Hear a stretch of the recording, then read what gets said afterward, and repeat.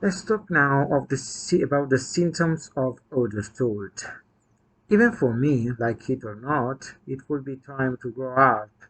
The first signs I had when the hair began to appear on my upper lip, arms and legs, under the armpits, more than with um, the pride of the male to whom his nature is revealed, I experienced all these secondary changes as a kind of trauma, a curse of fate previously only suspected, but which now fell upon me with the weight of 1,000 misfortunes.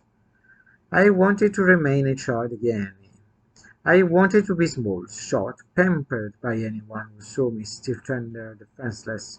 I wanted to have the smooth skin I had in elementary school, a hairless and feminine face, a clear and innocent voice. I immediately began to literally pull the hair off my entire body with razor blades. Fortunately, the skin on my face was not irritated because I was quite oily by constitution. For years I went on shaving without water every other day with a simple razor blade that I managed to steal from my fathers.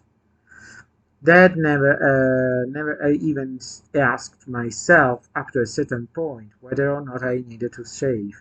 Such was his strangeness to any aspect of my life that his interest was limited to usual financial outlay for books and school materials at the beginning of each academic year.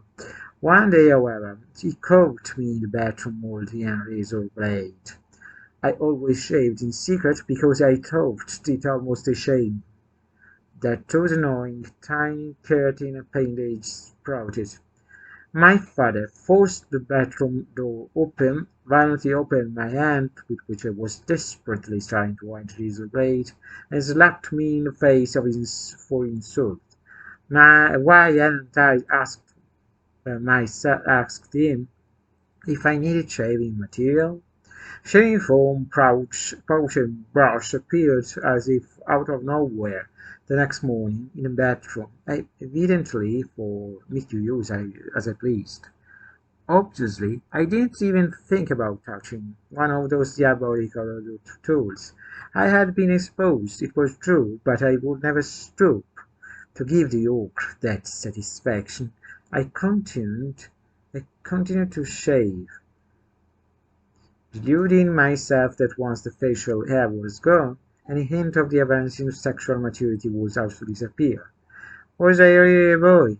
Did I really have to start being attracted to girls or some teenager bluster? When was the time to label myself as an adult and pay the consequences of my diversity? I had always suspected that I was different, only I could not accept the fact that to all my misfortunes there was another one so serious